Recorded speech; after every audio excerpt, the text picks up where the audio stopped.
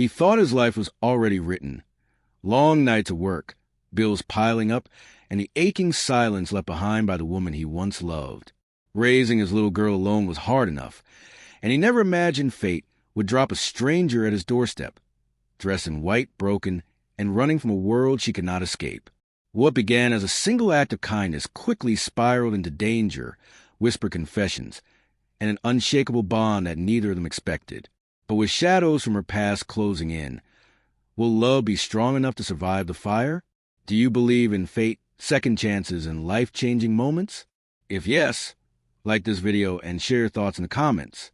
The rain had already soaked through my jacket by the time I reached the bus stop.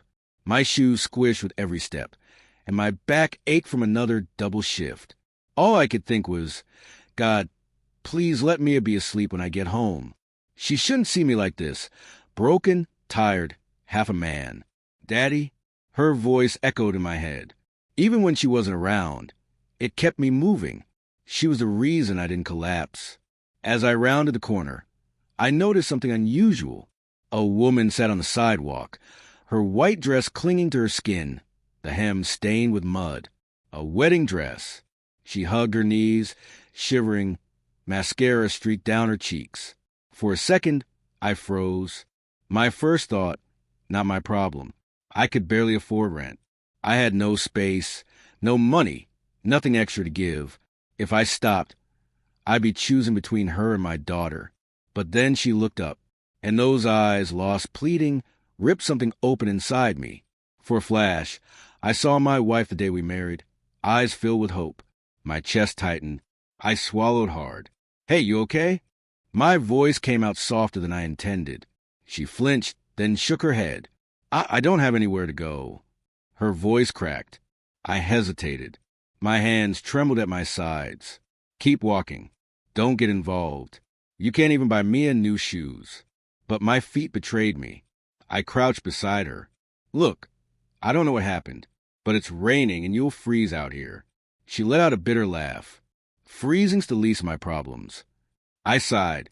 Well, maybe, but I've got a little girl waiting at home, and she'd kill me if I left a princess sitting in the rain.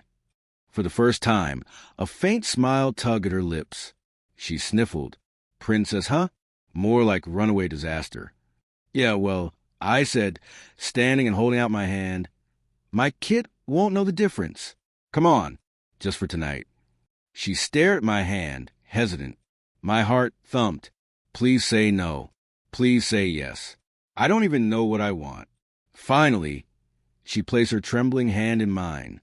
By the time we reached my apartment, the clock struck midnight. The lights were off, but I knew Mia would be waiting. She always pretended to sleep until I tucked her in. Sure enough, as I unlocked the door, a little voice called, Daddy? I forced a smile. Yeah, sweetheart, I'm home. She padded into the hall in her pajamas, clutching her stuffed bear. Her eyes widened when she saw the woman beside me. Daddy's that a princess? The woman blinked, stunned. I cleared my throat. Something like that. She needed a place to stay, just for tonight. Mia's face lit up. Can she have cocoa? Please, Daddy. I rubbed my temples. Bills stacked on the counter. Empty fridge. And she wants cocoa. But then I saw the bride's lips tremble, like she hadn't been offered kindness in years. Yeah, I said quietly. Cocoa sounds good. While I heated milk on the stove, Mia sat at the table swinging her legs. Princess, what's your name? The woman hesitated. It's Anna. Mia giggled, like the princess in Frozen. Anna's shoulders shook with a tiny laugh. I guess so. I poured the cocoa into chip mugs and set them down. Watching Anna wrap her hands around the cup like it was the only warmth she had made my chest ache. Mia leaned across the table. Why is your dress dirty? Anna glanced at me nervously. I jumped in. Sometimes life doesn't go the way we expect. Pumpkin. Right, Anna? She nodded. Right. Mia yawned. You can sleep in Mommy's room. Daddy never lets anyone in there. But you look sad. Mommy would want you to. The words cut through me. I froze, mug halfway to my lips. How does a 7-year-old know exactly where to hit? Anna's eyes flickered with surprise, then softened. Thank you, sweet girl. After Mia was tucked back in, I found Anna standing awkwardly in the hallway. You don't owe me anything, I said quietly. One night, that's all. Her eyes glistened. Why? Why are you helping me? You don't even know me. I looked away, swallowing the lump in my throat. Because someone once helped me when I was drowning, and I can't forget that. For a long moment, neither of us spoke. The rain tapped against a window. Finally, I pointed to the spare room. Get some rest. Tomorrow, you'll figure things out. She nodded, whispering, Thank you. As I closed my bedroom door, I exhaled shakily. This is insane. One night, just one night. But deep down, I knew nothing about this was temporary. I woke to the sound of dishes clinking in the kitchen. For a split second, I thought it was my wife. That old dream again. Then reality hit like a stone. She was gone, and someone else was in my apartment. I rubbed my eyes and stepped out. Mia was perched on a chair, swinging her legs while Anna, still in that ruined wedding dress, sat awkwardly across from her. Daddy, Mia beamed. We're having breakfast with a princess. I scratched the back of my neck. Yeah, I see that. Anna lowered her gaze. Her fingers twisted in her lap. A half-eaten piece of toast sat untouched on the plate in front of her. You can eat, I said. It's just bread and eggs, nothing fancy. Her lips curved in a broken sort of smile. I don't want to take what's yours. My stomach clenched. What's mine? There's barely enough here for Mia and me. Why did I even bring her home? Before I could speak, Mia shoved her plate toward Anna. Here, I'll share. Anna blinked, her eyes glassy. Sweetheart, Please, Mia insisted. Daddy says food tastes better when you don't eat alone. Heat rushed to my face. I didn't remember saying that, but it sounded like something I might have once told my wife. Anna finally picked up the toast. She hesitated, then took a small bite. Her shoulders dropped, like she'd been holding her breath for hours. Mia grinned. See? Told you. I poured coffee and sat at the table, watching Anna's hands tremble around her cup.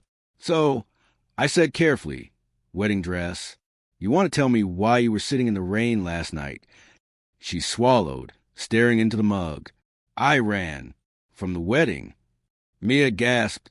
You ran away? Like in the movies? Anna gave a weak laugh. Something like that. I studied her face. The smudged makeup, the swollen eyes. That smile, forced, cracked, hiding something sharp underneath. It unsettled me. You got family around here? I asked. No, her answer came too fast. Friends. Silence. I leaned back, my chest tight. Great. I brought a total stranger into my home, and she's got secrets written all over her. Brilliant move, Dad. But then Mia laughed. Really laughed. The kind that crinkled her nose and lit up her whole face. I hadn't heard that sound in weeks. Not since a funeral. And it hit me. This broken stranger had given my daughter something I couldn't. Light. By mid-morning, the whispers had started. Mrs. Green from next door just happened to linger in the hallway, staring at Anna like she was some scandal walking on two legs. Morning, I muttered as I passed her. Her eyes flicked to Anna, then to me, and back again. No words, just that look. The same one I'd seen 100 times since my wife died. Pity mixed with judgment. My pride burned. Single dad, failing at everything, and now bringing strange women into the apartment. Yeah, let them talk. What else is new? Inside, I slammed the door harder than I meant to. Mia frowned. Daddy, are you mad? I crouched down, smoothing her hair. Not at you, pumpkin. Never at you. Anna watched quietly from the table, her eyes unreadable. Around noon, she stood suddenly, pulling at the frayed lace on her dress. I should go. My gut twisted. Already? She nodded. You've done enough. More than I deserve. Mia jumped up. But you can't leave. We were going to draw pictures. Anna crouched to Mia's level, brushing a strand of hair from her forehead. You're a beautiful little girl. Never forget that. Her voice cracked. Then stay, Mia pleaded. Anna's eyes met mine, and for a moment I thought she might. Something flickered there.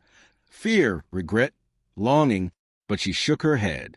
Thank you, both of you. She grabbed her shoes, slipped out the door, and was gone. I stood frozen in the silence she left behind, Mia tugging at my sleeve. Daddy, will she come back? I swallowed hard, staring at the empty doorway.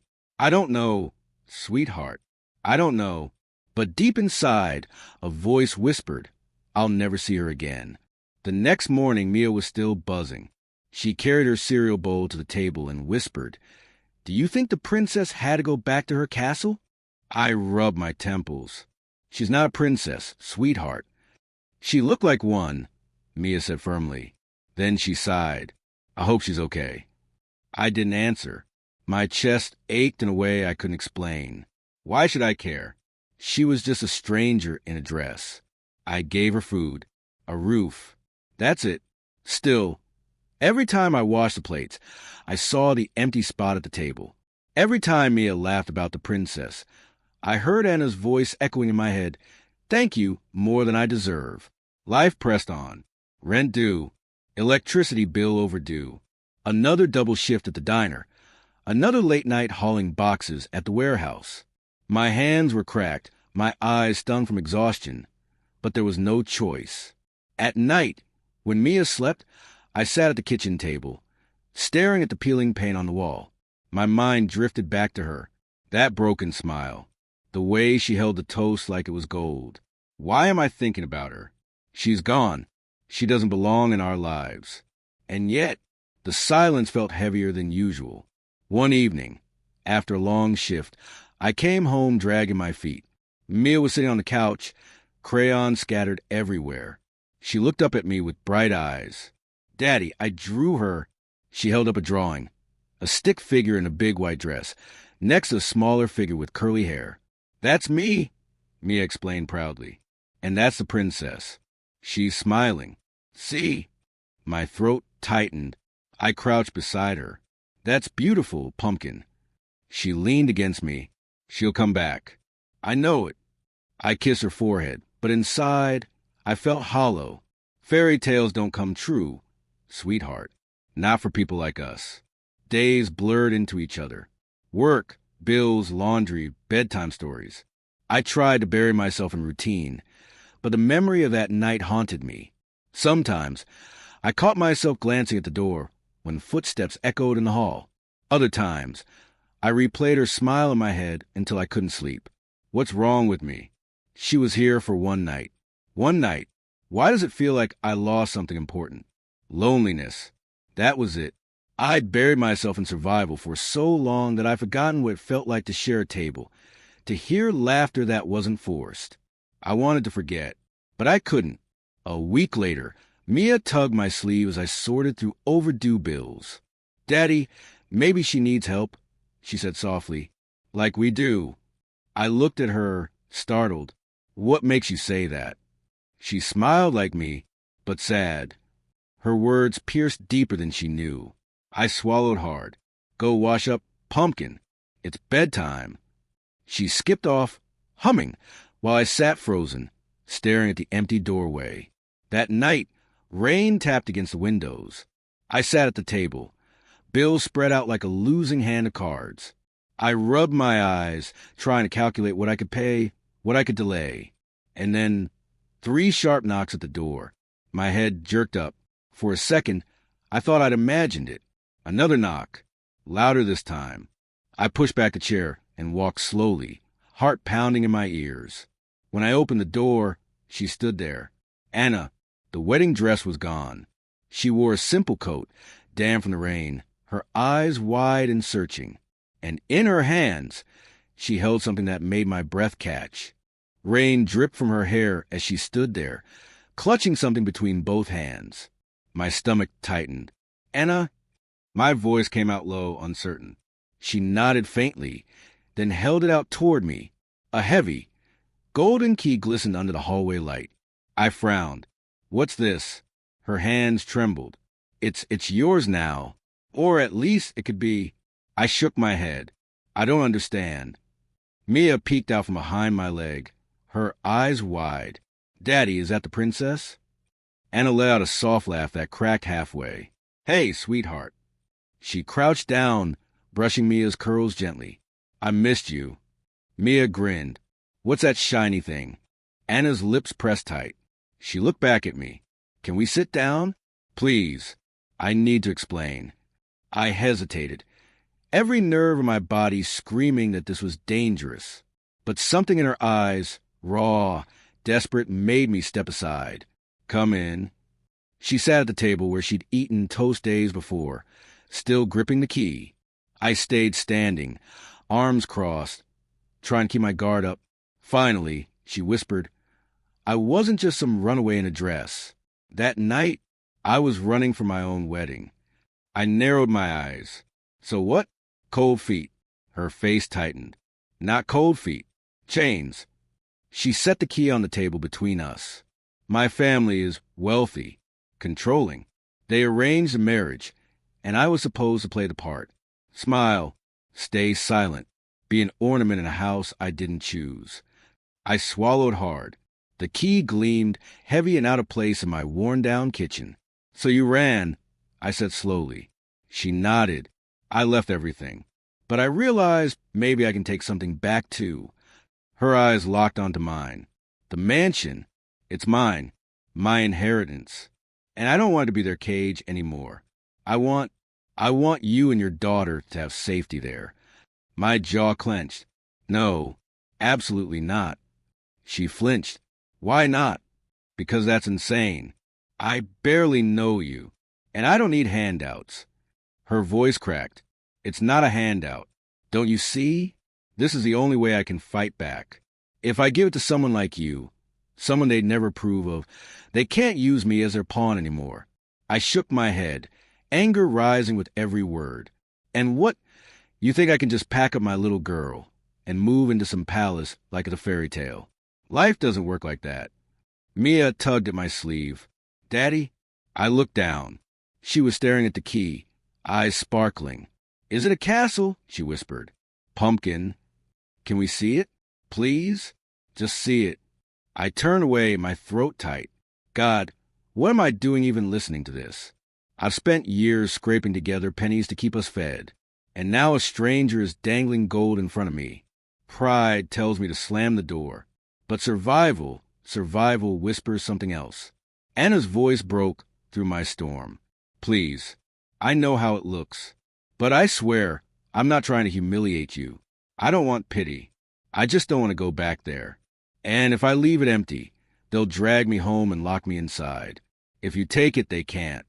Her eyes shimmered, fierce despite the tears. This isn't charity. It's rebellion. I stared at her, breathing hard.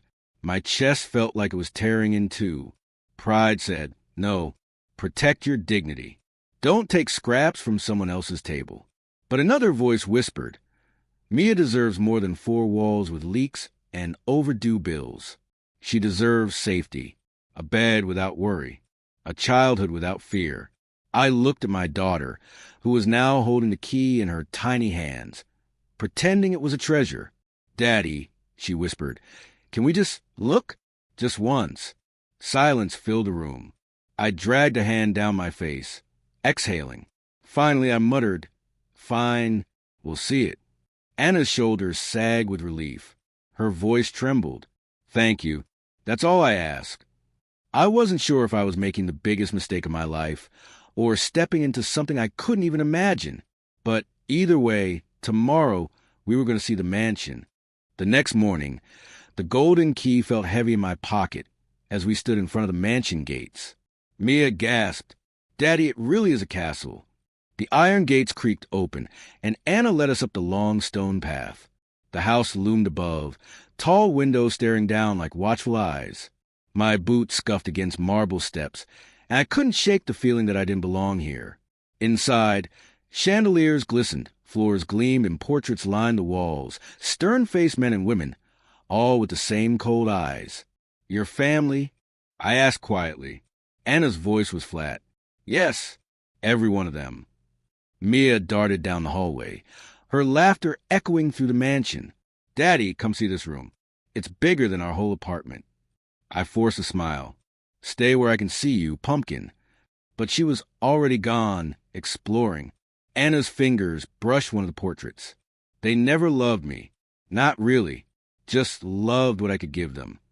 Her shoulders stiffened, and for a second, I saw the frightened bride from that night. I muttered, "Then maybe it's time this house belongs to someone else." She glanced at me, almost grateful, but said nothing. At dinner, the silence felt thicker than the velvet curtains around us. The dining table stretched longer than any I'd ever seen. Mia swung her legs, humming, while I poked at food I didn't recognize. Anna sat stiffly at the far end. Then suddenly, she pushed her plate away. "I can't," her voice cracked.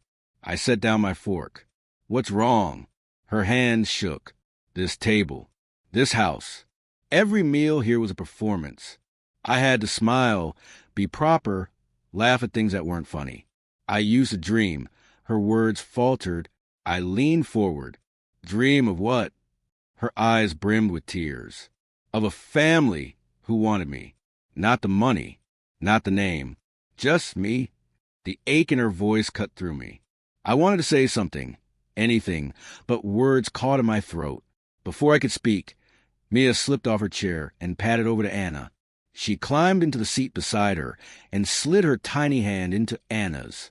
"You already have one now," Mia whispered. Anna froze, staring at their joined hands like it was something sacred. Then she covered her mouth and broke into sobs. I swallowed hard, my chest heavy. What is happening here? This woman was a stranger a week ago, and yet my daughter is holding her hand like she belongs to us, like she's always been here. Anna looked at me through tears, almost apologetic. "I'm sorry. I don't mean to fall apart like this." I shook my head. "Don't apologize. Not here." For the first time, her smile wasn't broken. It was small, fragile, but real. Later that night, after Mia had finally fallen asleep in one of the massive bedrooms, I wandered through the hallways.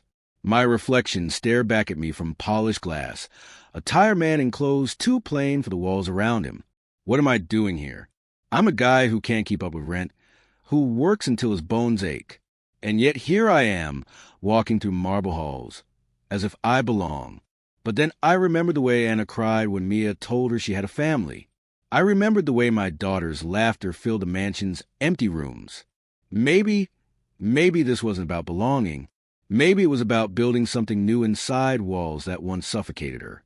I returned to the guest room where Mia was curled up, clutching her stuffed rabbit. Anna sat nearby in a chair, watching her sleep.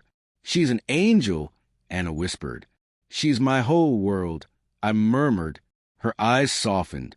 "You don't know what it means to me, just to sit here like this, to feel like I'm part of something real." I didn't answer. But deep inside, a truth I didn't want to admit pressed hard. We weren't just guests anymore. We were becoming something more. But as I drifted off that night, the thought gnawed at me. Houses like this, families like hers, they don't let go quietly, and peace never lasts.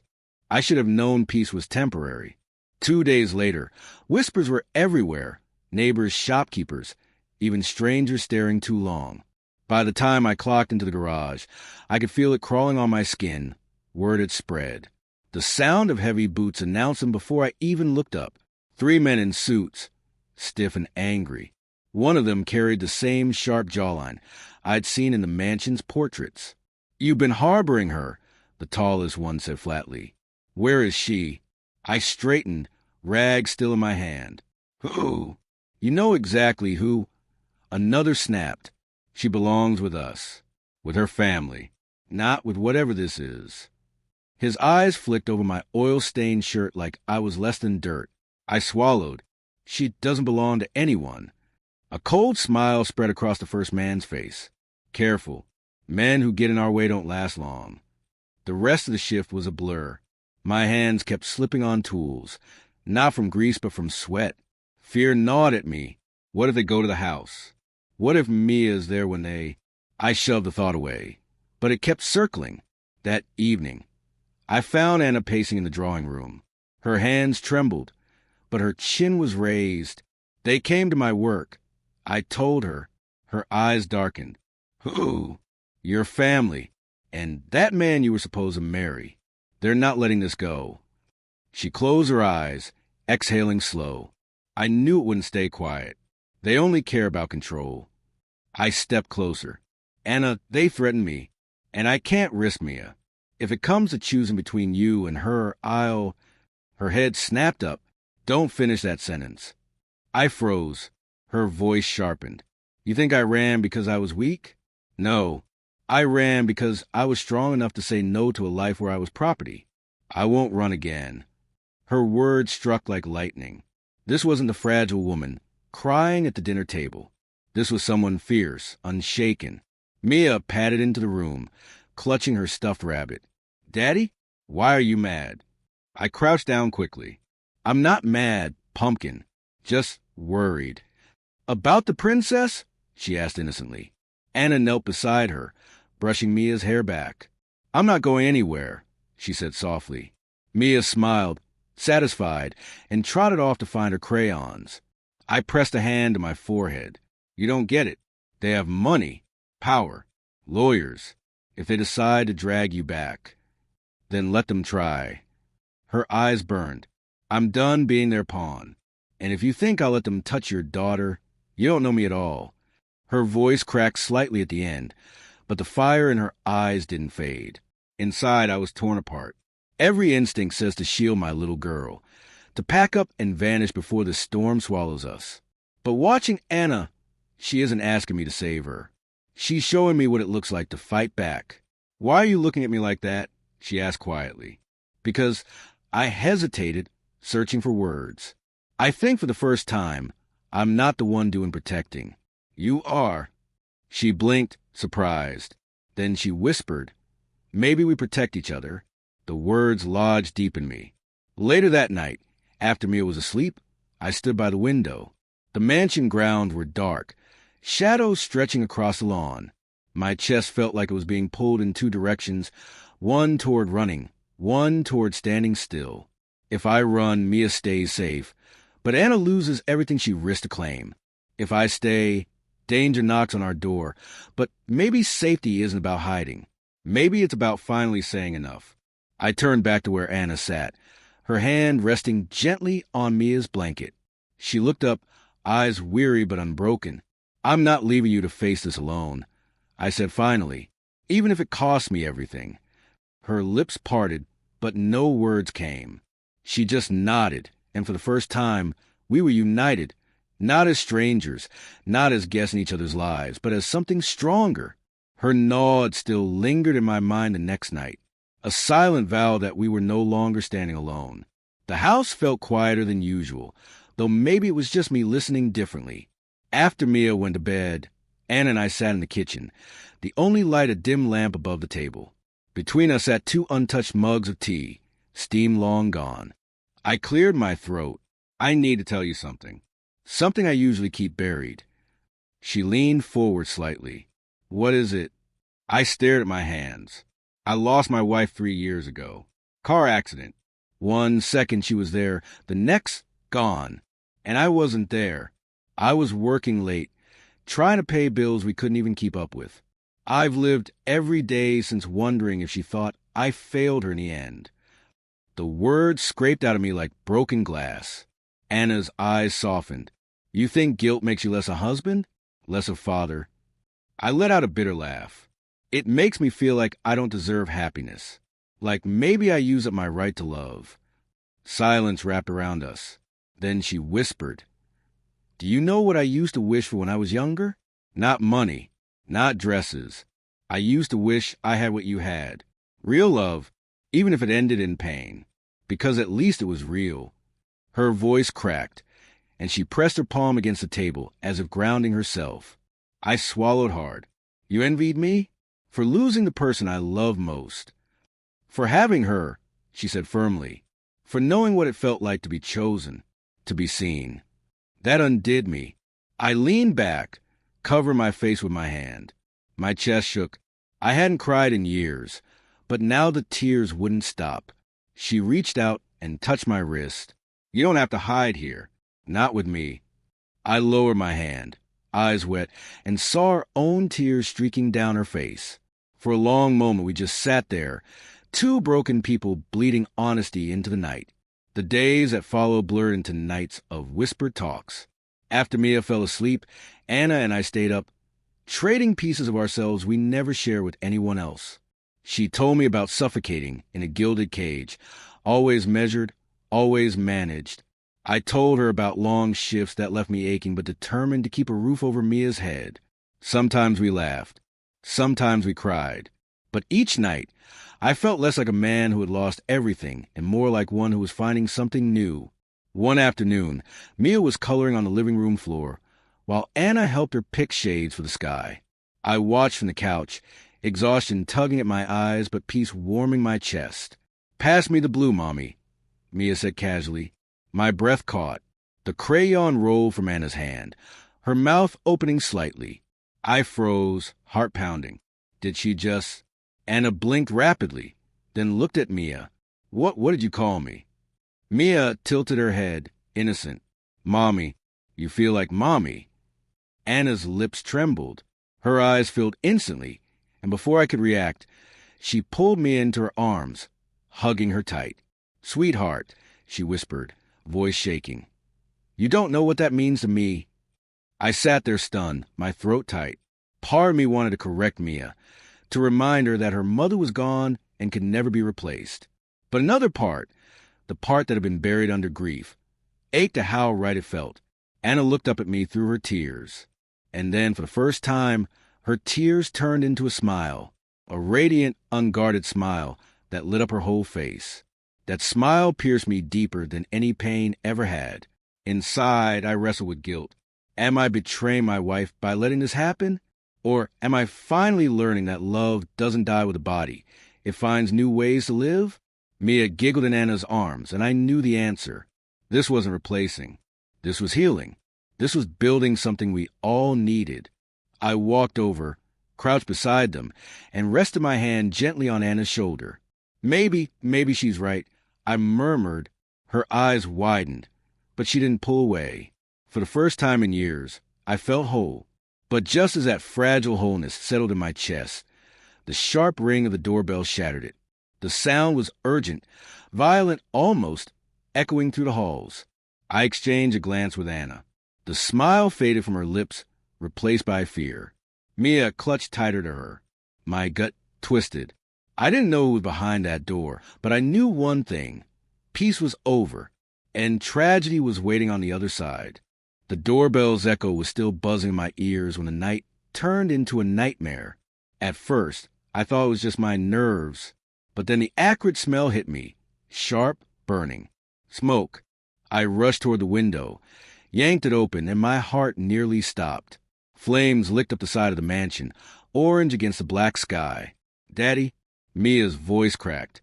She was clutching Anna's arm. I spun toward her. "Stay behind me. Don't let go." Anna's eyes were wide with terror. "It's them. They want to destroy everything." No time for explanations. The fire was spreading fast. "Cover your mouth." I grabbed Mia's jacket, pulled it over her face, then turned to Anna. "We need to get out. Now." We stumbled into the hallway, smoke already filling the ceiling. The air was thick, suffocating. My lungs burned with every breath. "This way," I shouted, pulling Mia along. But halfway down the corridor, I realized Anna wasn't beside me anymore. I whipped around. She wasn't there. "Anna!" My voice echoed, raw with panic.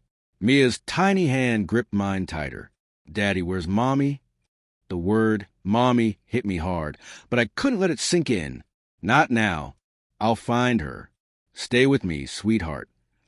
I pushed her forward toward the staircase, coughing so hard my chest rattled. At the bottom, I spotted neighbors rushing in, waving and yelling. "Take her." I lifted Mia into a man's arms. She screamed, kicking. "Daddy, no. Don't leave me. I'll be right back." I kissed her forehead through the smoke, praying it wouldn't be the last time. Then I turned and ran back into fire. Heat blistered my skin as I fought my way down the hall. My eyes watered so badly I could barely see. I called again. "Anna!" A faint cry answered. "Help, here!" I followed the sound, stumbling into the dining room. Flames chewed at the walls, and there she was, half buried under a collapsed beam. Her face was streaked with ash, her body trembling. I can't move. Hold on. I dropped to my knees, ignoring the pain as I grabbed the smoldering wood. My arm screamed, but I heaved it aside, splinters tearing my hands. Come on, I urged, pulling her up. She winced, leaning into me. You should have left me. Don't you dare say that. I rasped. I'm not losing you. Not tonight. Not ever. I hoisted her into my arms. The weight, the smell of smoke, the chaos, it all dragged me back to that first night I saw her in the rain. But this time I wasn't hesitating. We fought our way toward the door, the ceiling groaning above us. Every step felt like it might be my last. Almost there, I gasped, holding her tighter. Just hold on. The front doors burst open, and cold air rushed in like salvation. I staggered out onto the lawn, coughing, my chest heaving. Neighbors swarmed us, someone shouting for water, someone else calling the police. I collapsed onto grass, still holding her. Anna coughed violently, clutching at my shirt. I brushed soot from her face, my own tears mixing with the ash. Mia broke free from the neighbor's arms and threw herself at us. Daddy, Mommy. I wrapped both of them against me, trembling. You're safe. We're all safe. The mansion roared behind us, flames devouring everything. Sparks flew into the night like angry stars. But I didn't care about the house anymore. All I cared about was in my arms. As firefighters poured water onto the blaze and police shouted questions, I sat there on the cold ground with Anna leaning against me, Mia pressed between us. My body shook, every muscle spent, but my heart thudded with something fierce. I realized I had almost lost them again. I had almost lived the nightmare of watching family slip through my hands. But this time I hadn't failed. Anna lifted her head, her voice hoarse. You saved me. I shook mine. No, we saved each other. Mia looked up at me with wide eyes, her little voice soft but sure. Daddy's a hero. The words cut through me, not because I believed them, but because for the first time, maybe I wanted to. I held them both closer as the mansion crackled into ruins behind us. From ashes, something stronger was being born. Not just survival, not just chance. A family. The smoke was still in my lungs the next morning. Even though we were safe, my arms ached from carrying Anna out of fire, but the ache inside me was different. It was the weight of almost losing everything. The mansion was half a skeleton now, blackened beams jutting into the sky. Firefighters had left hours ago. Neighbors still lingered, whispering, but I barely heard them. All I could hear was Mia's soft humming as she drew on a piece of scrap paper we'd salvaged. Anna sat beside me on the porch steps of what remained, her hand in mine. Her face was pale, streaked with bruises, but her eyes were steady for the first time. I'm done, she whispered. Done with what? I asked, though deep down I knew. My family, the money, the games, all of it. They tried to burn me alive to control me.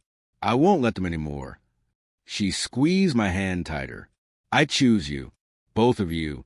Her words sank deep, right into the hollow I'd carried for years. For so long, I thought I had nothing left to offer anyone. Yet here she was, choosing me when I had no mansion, no wealth, nothing but scars, and a little girl who looked at the world with wide eyes. Mia bounced over, clutching her drawing. Daddy, look. She held it up proudly. Crayon strokes covered the page. 3 stick figures holding hands under a big house with a triangle roof.